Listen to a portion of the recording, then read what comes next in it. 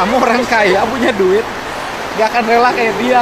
Sore menjelang maghrib, hujan turun deras disertai petir yang menyambar. Dalam perjalanan pulang dari Indramayu, pandangan Bapak Aing tertuju pada seorang ibu yang ditemani anak kecil, duduk termenung di sebuah saung butut sambil menjajakan rambutan. Bapak Aing segera turun dan menghampiri. Setelah berbincang, diketahui ibu itu berjualan setiap hari dari pagi hingga maghrib. Satu ikat rambutan dijual Rp10.000 dengan keuntungan hanya Rp4.000. Ia berkata, semua rambutannya manis. Bapak Aing terdiam. Ada sesuatu yang terasa berat di hatinya. Ia lalu mencoba mencicipi satu persatu, dan kenyataannya semua rambutan itu terasa asam. Sang ibu terkejut, wajahnya berubah, seolah harapan untuk mendapatkan uang hari itu mulai runtuh. Bapak Aing kemudian menawar Rp3.000 per ikat, atau Rp5.000 dengan syarat hasilnya akan disumbangkan ke yayasan anak yatim. Ibu itu terdiam, bingung, karena jika dijual Rp3.000, kerugiannya mencapai Rp65.000. Namun ia akhirnya berkata, tidak apa-apa, jika memang untuk anak yatim, saya ikhlas. Bapak Aing kembali menguji ketulusan hatinya. Ia mengatakan ingin memborong semua rambutan secara gratis, karena tidak membawa uang. Tanpa berpikir panjang, ibu itu kembali menyetujui, padahal jika dihitung kerugiannya, mencapai Rp165.000. Ia sama sekali tidak mempermasalahkan, selama untuk anak yatim.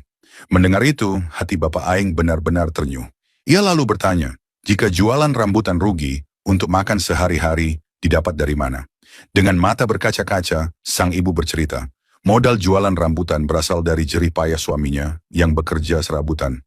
Kadang ngarit rumput, kadang jadi kuli nyangkul di ladang orang, dengan penghasilan hanya Rp15.000 sehari. Selama seminggu uang itu ia kumpulkan di dompet, sementara rambutannya tidak laku sejak pagi dan sudah hampir 3 hari. Bahkan mulai membusuk. Uang yang terkumpul itu pun akhirnya habis, digunakan untuk keperluan anak sulungnya yang baru saja meninggal karena tersengat listrik. Dada Bapak Aing terasa sesak. Namun ia masih melanjutkan ujiannya dengan meminta sang ibu menaikkan semua rambutan ke dalam mobil. Di tengah hujan deras, ibu itu dan anaknya dengan sigap bergotong royong memasukkan semua rambutan tanpa ragu dan tanpa keluhan. Melihat itu, hati Bapak Aing serasa remuk akan ketulusannya.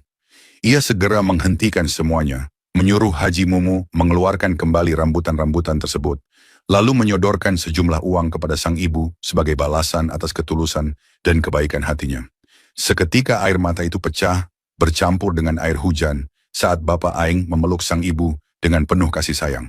Orang yang hidup paling sederhana seringkali memiliki hati paling kaya, dan ketulusan yang lahir dari keikhlasan tidak pernah pulang dengan tangan kosong. Kamu orang kaya, punya